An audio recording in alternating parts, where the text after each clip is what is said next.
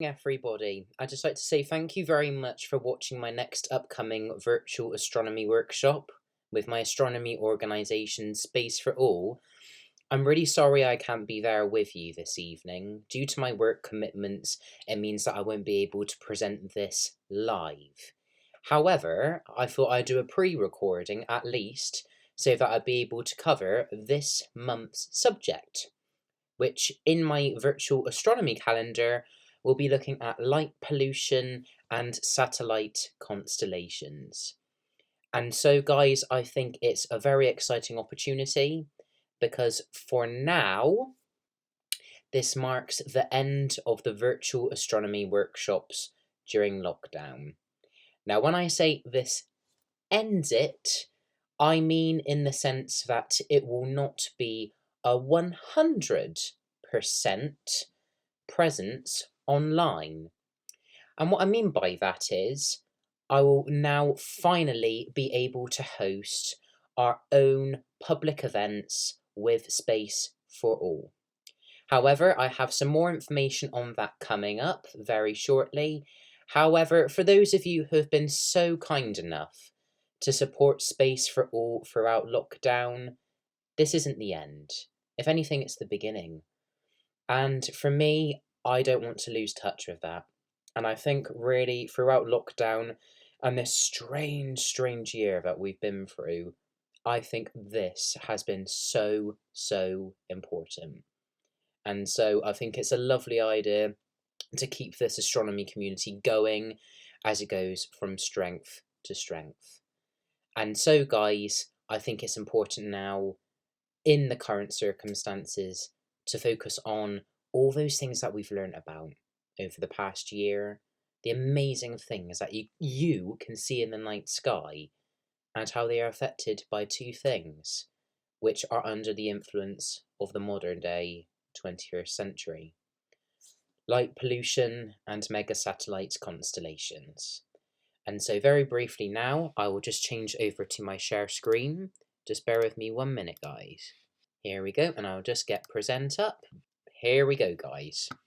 So, this virtual astronomy workshop will be covering light pollution and megasatellite constellations. I, for obvious reasons, have no reason to cover this now, but it might give you guys a good laugh.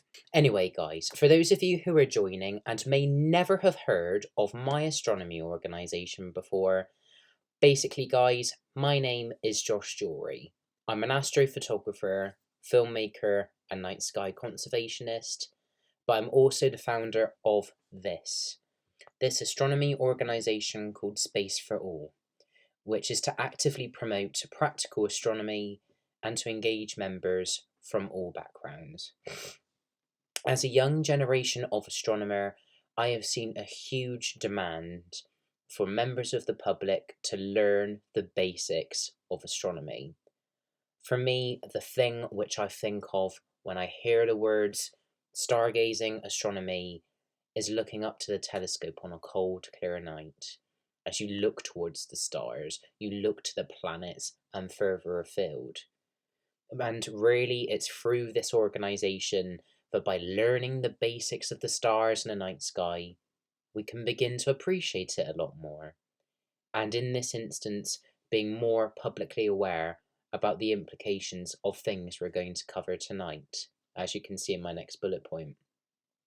And as I think this astronomy organisation has very clearly demonstrated, is that the night sky has kept us connected throughout lockdown and the uncertain times that were. It sounds very strange hearing those words now in my head, but really, guys, things are beginning to resolve. It's not the end, but the stars have kept us connected during these weird times. And I think that's been a good role model for Space for All, for you to have a look at the night sky in your own time, but using virtual platforms like this in order to achieve those goals. And so I hope already that's been a massive success as another way of keeping in touch. So here we go then. the two things that are changing our view of the night sky as we know it. And guys, as a young generation of astronomer, it's mad to think that even in my lifetime, I've seen these two things change my view of the night sky. It is alarming, and for reasons which I'll discuss, there are similarities to another talk which I did, which was for International Dark Sky Week. However, this particular slide and this particular workshop will be going into those details just that extra bit more. So we've covered some of the details, but now we dive in a bit further. So guys, have a look at this photograph. At first, it looks stunning. You see these beautiful jewels of light against the dark blue contrasted regions. But you look closer at that photograph and you realise that looks like the outline of something familiar. And for those of us who live in the United Kingdom, this is the outline of our country at night. And then the obvious question being, well, what is that light? Oh, I've just said the word. It's light pollution, guys.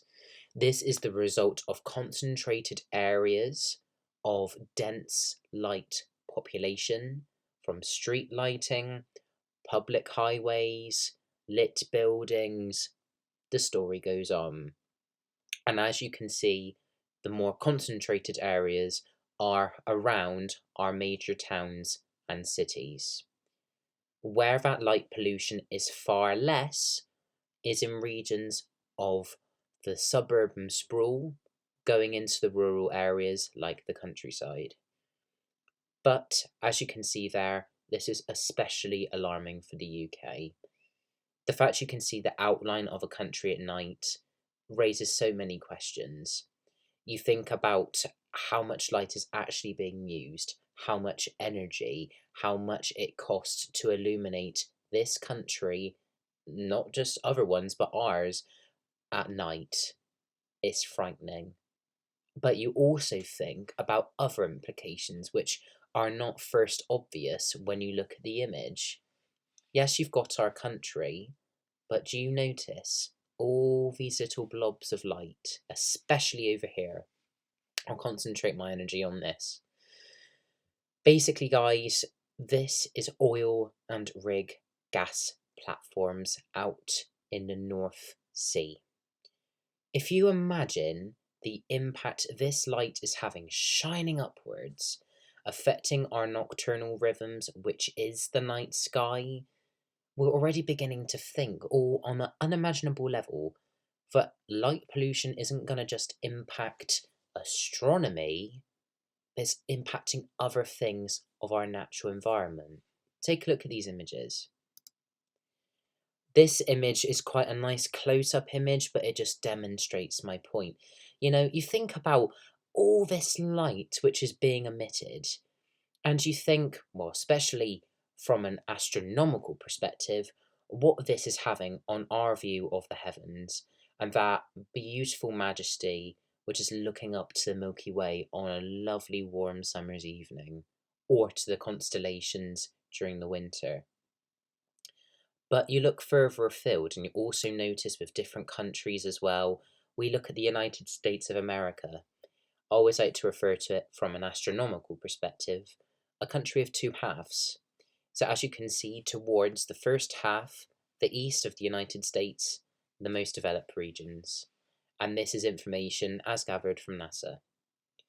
And again, as with the images of the United Kingdom, you can see how densely compact these areas of light pollution are. But you look towards the west, and yes, there is light pollution, but far less, especially when you hit more deserted regions, as you can see highlighted by areas of blue. However, this one always staggers me, because if I was to tell you that this area on the screen now, in the United States, that area alone is the result of fracking, this is frightening, guys.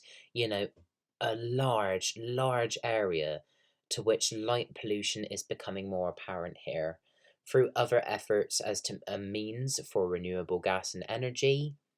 We see light being dispersed at such a great level. And this is so alarming because of the extent to which can be seen from space. This is astronomical. And already it's just trying to think about the adoptive lighting practices which can stop this from happening. So I will admit the quality of this diagram isn't the best, but it proves something.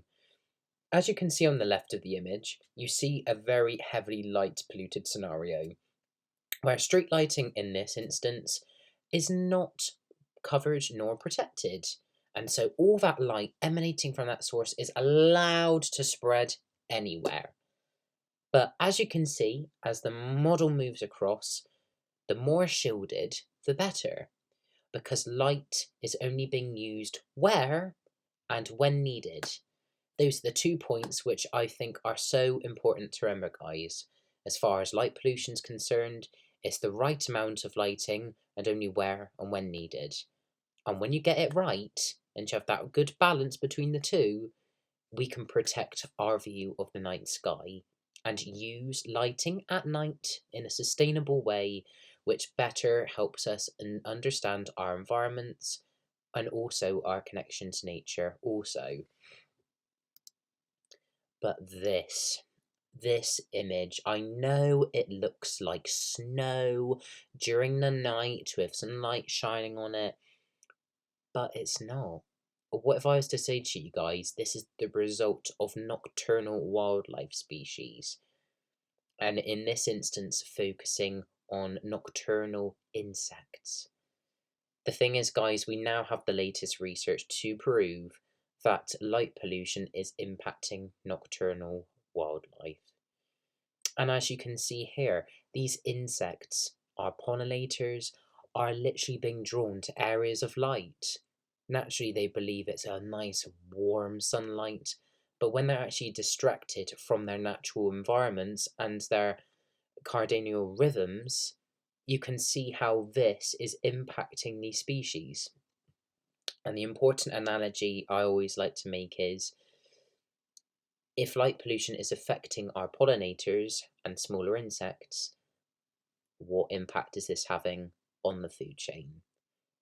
Just like what we saw with the plastic crisis, we are seeing the same here, but for light pollution. It's a very worrying scenario. And they are drawn to light as well. So it's not just thinking about astronomy, but how it's affecting wildlife now as well. But you just got to look at the sky glow of these images. Basically, guys, sky glow means the amount of light which is being shining upwards due to unprotected light. And in this resolution image, you can see what I mean here. Light which isn't being protected and is just being allowed to disperse up into aerosols of our atmosphere. But I thought this image was rather ironic. For those who are literally living in developing towns and cities, and you want to look up the night sky, you have to battle this. We see all these beautiful images taken from some of the darkest places in the world, and you think, I want to see that. And you climb a hill, or in some instances, well, climb a large mountain, and this is the result you get. You still are affected by light pollution no matter where you go. The astronomer is lost. And so you're always trying to have that long-term battle with the night sky. So covering some points really from which we've discussed why the night sky is so important to us and why it deserves to be recognised. The thing is, guys, the night sky has always been a part of our heritage and cultural existence. It's helping us to understand our place of our eternal mystery in the universe. But the night sky is also so important for contemporary professional astronomical observations, where some of the leading telescopes of the world are using these darkest places in order to gather all this important, relevant astronomical research. But even just on a personal level, Our connection with the stars is so important, and being able to have that connection with our open window to the universe, to see our place within the Milky Way galaxy, towards the stars, and beyond. And would you believe it? Looking at the stars is absolutely brilliant for your physical and mental well-being. So not only does it bring such a happy connection to looking at the stars, but it's again, just like with nature, connecting with our natural environments.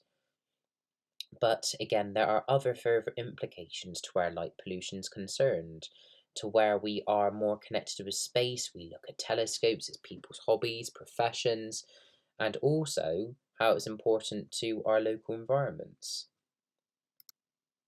Wildlife conservation. We discussed this already, how it's affecting nocturnal wildlife. You consider implications like, we'll take an example, bats as an example, and thinking about their migratory patterns, which are also known as wildlife corridors. If you're to have light pollution affect one given area, how is it going to affect one of these wildlife corridors? But also we've talked about insect pollination, the food chain, but also, as I mentioned, with the North Sea, how this impacts marine wildlife. But not only that as well, we think about ecology as well, and how this impacts photosynthesis. We don't even take for granted how this affects the growth of trees when exposed to light at night. And so constantly we're thinking about this 24-hour light cycle. We literally need the night. We need to protect it as best as we can. But we also think about human health. This is another area to light pollution, which at first isn't very apparent. But you think about your sleep pattern and why it's so important to keep up these nocturnal rhythms, which are literally influenced by our bodily hormones.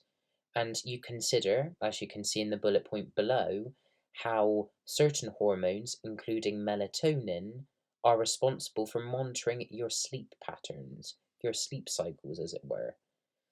However, when you're exposed to artificial light at night, which is basically known as ALAN, this affects the amount of melatonin to which your body will produce.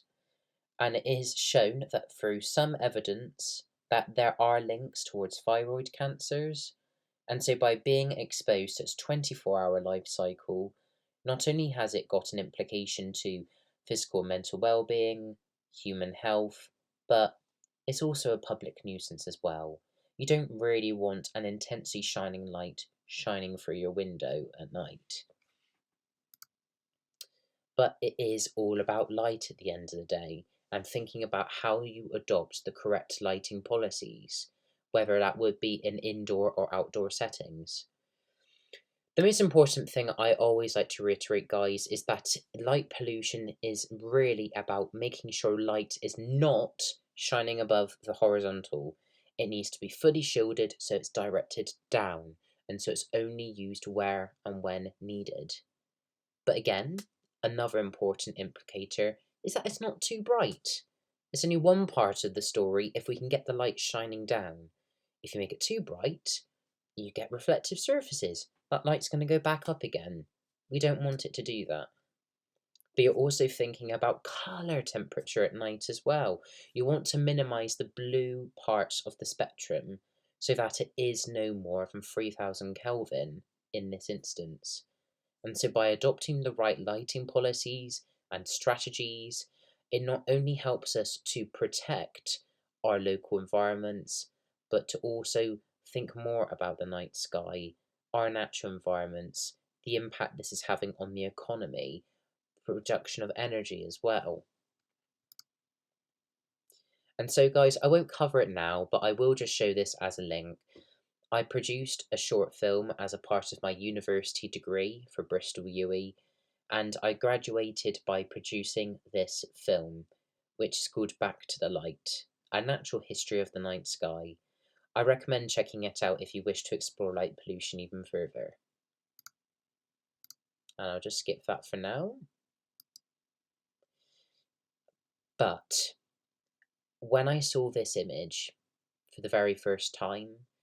This was in the late part of 2019, and I will be honest, as an astronomer, my heart dropped.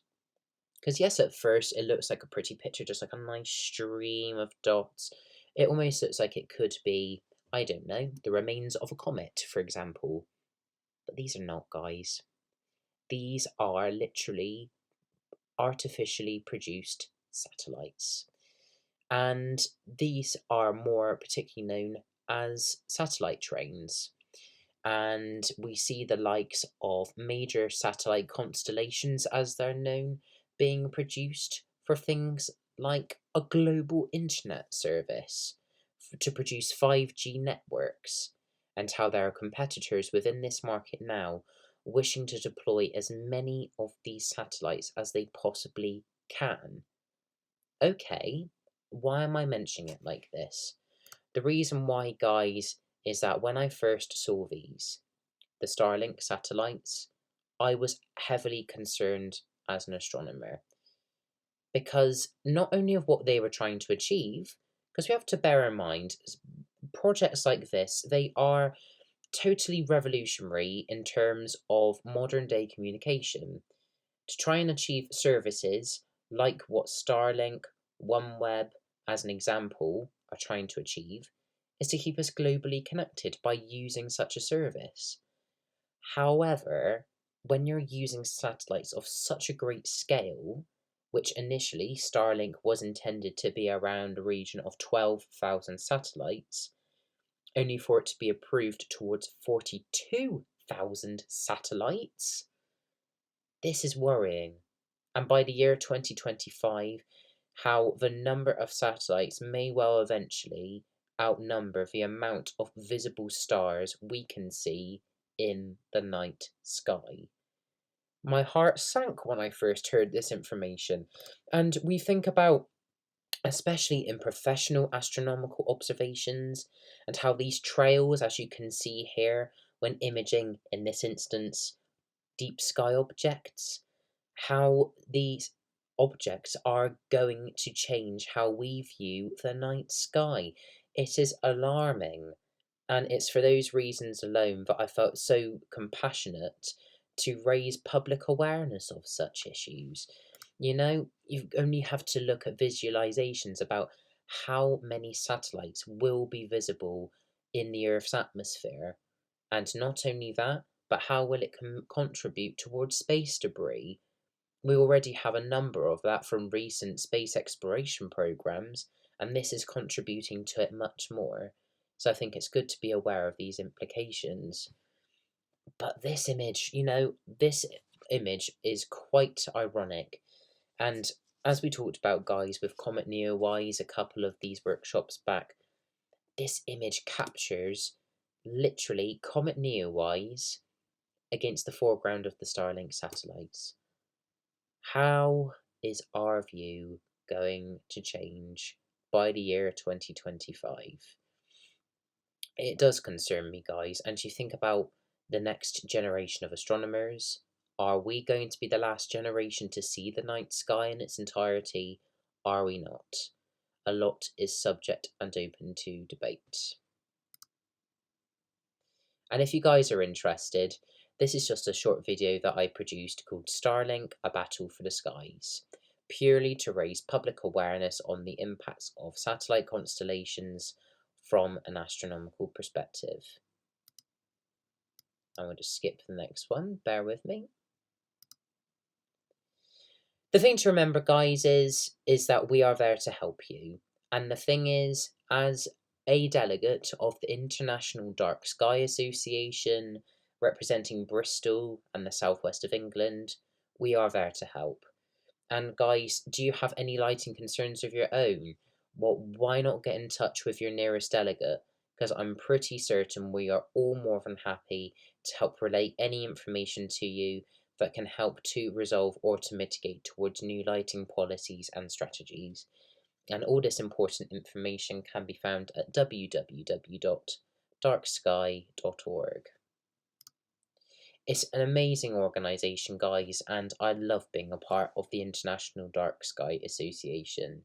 because not only do they provide lots of resources, but again, we are an internationally profound community which are connected purposefully through our connection to protect the night sky. And you realise that you meet up with so many like-minded people as well, and it's really lovely to take part in that community. If you guys want a gist for your local area to understand just exactly what the current situation is for light pollution, a really good resource is this, literally produced from the CPRE. So it's the star count for 2021, which is an interactive map. And as you can see, using the key on the left-hand side, using the colour system, you can see how many stars were counted within these regions depending on their colour. And so if you see anywhere reaching the blue-purple part of the spectrum, that indicates that you have truly dark skies.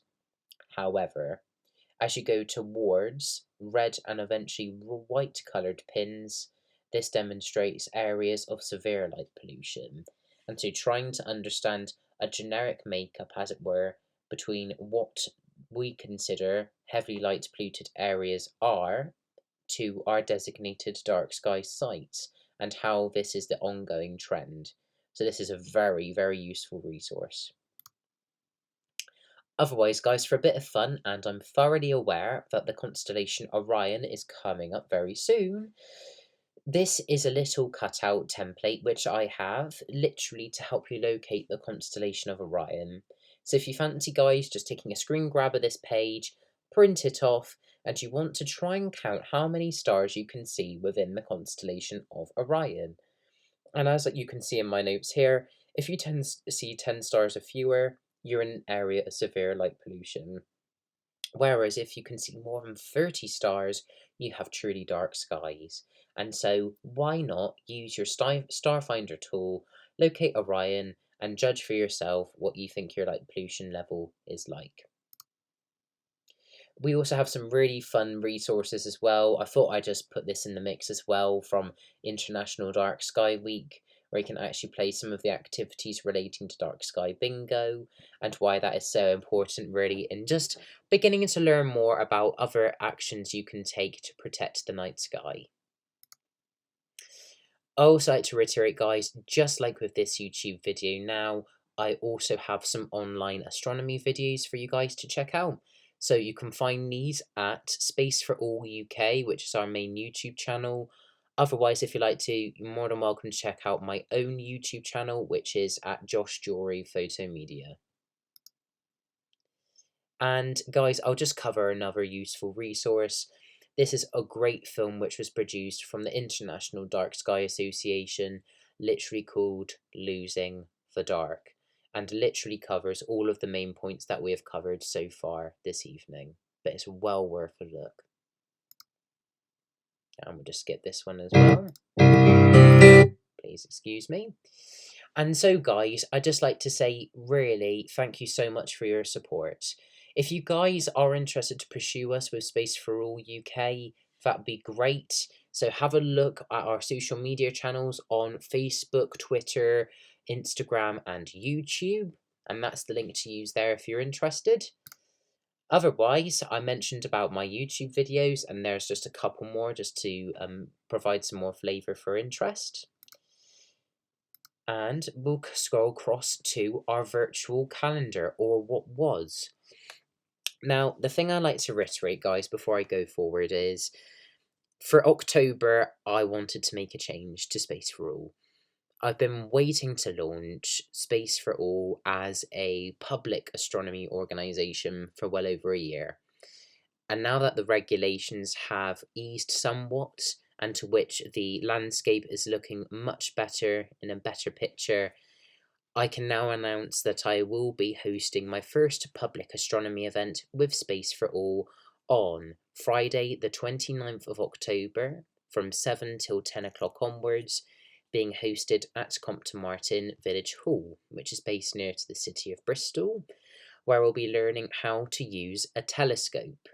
And so where I want to, in this workshop, literally to teach the basics of all the different types of telescopes, how to set it up for a nice observation, and if the weather permits, being able to use telescopes outside to observe the cosmos and beyond. But for some of you guys, I completely understand this might be raising alarm bells for you, thinking, this is the end. This is the end of virtual astronomy workshops I've kept connected throughout the lockdowns. The thing is, guys, as I mentioned earlier, I wish to remain respectful of how much you've supported me throughout these uncertain times. And so it's for those reasons alone, guys, that I'm making this both a public and virtual event. I think this is the way that Space for All will be moving forward from now on. And even if it's a video like this one, just to cover over some of the main points that we've learned through our public events, I still want to keep connected with my communities, especially as we are now together in the organisation that is Space for All. And so moving forward, that's why I intend to be hosting more public events. So as my calendar says below, all of these events will be subject to change if and when current lockdown restrictions are eased. And so finally, that time has come. So guys, Q&A, I think the best way to move forward in this as a pre-recording is make sure to leave a comment in the YouTube comments, as you can do, and I'd be more than happy to respond to those as soon as I can. But otherwise, guys, here it is. Our next event, which will be public and virtual, how to use a telescope. So as I can see here, there is a slight spelling error, but will be hosted on Friday, the 30th of September, 2021, and it'll be from 7 o'clock onwards. So for you guys, I will be sending out Zoom link invitations as I have been doing previously. But I just wanted to say, and I'll stop the screen share for now, but I just want to say thank you so much. I have thoroughly enjoyed doing these virtual astronomy workshops for you guys during the lockdown, and I really have met a lovely group of people. But the one thing I know I must do in order for Space for All to be a success is to really follow my heart and to really bring it to the table as a public astronomy event. And the thing is, we have no idea where it can go. But the one thing I do know is that I want this astronomy organisation to be fun, and I want it to compel minds of younger astronomers and fellow stargazers alike. And so, guys, I'd like to say, for now, this may be one of the final virtual astronomy workshops I might do, but I just want to say thank you for being such a supportive audience, and as always, please make sure to leave a like and subscribe to my social media channels to follow my latest work. And here's to clear skies and all the best. Thank you for watching, and I'll see you in the next one. Bye for now.